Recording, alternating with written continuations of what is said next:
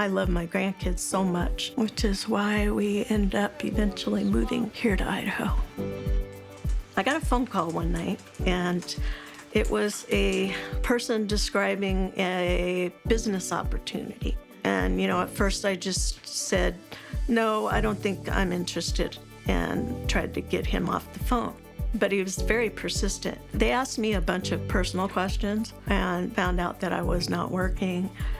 My husband was on disability. Yes, we could use some kind of financial help to give us some more security. He said, well, we have this opportunity of a business coaching program that I think could really help you.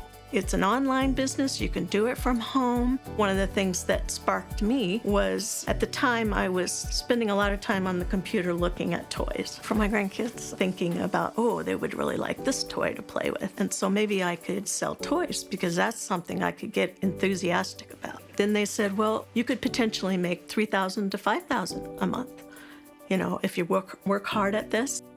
With the business opportunity scam, what we see is typically a promise. You'll make money. You'll make a lot of money. They mentioned that there was an investment involved, and I said, well, I need to talk this over with my husband. What the scammer's trying to do is make you believe you will be successful, but in order to get there, you need this additional service. So the period of 3 nights, they talked to us.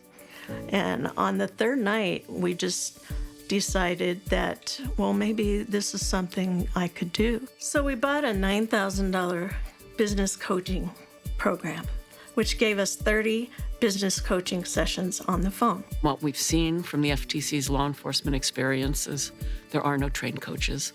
There are no programs. There's no one who's been successful. Then the next phase was I needed a business license, a website. I needed to know how to code, and they could do it for me. They could even preload the products on my website. Whenever I said I wasn't getting any sales from all this work, they just gave me excuses, like, it takes time. It was $25,000 that I lost. Total. Lost. It's really important that before you spend a dime, you do research, and do the research online. Do some kind of search, maybe with the word complaint, with the word scam, with the word review. Contact the Better Business Bureau, contact your state attorney general's office, and talk to friends, talk to family. Talk to others about it, because it will help somebody else.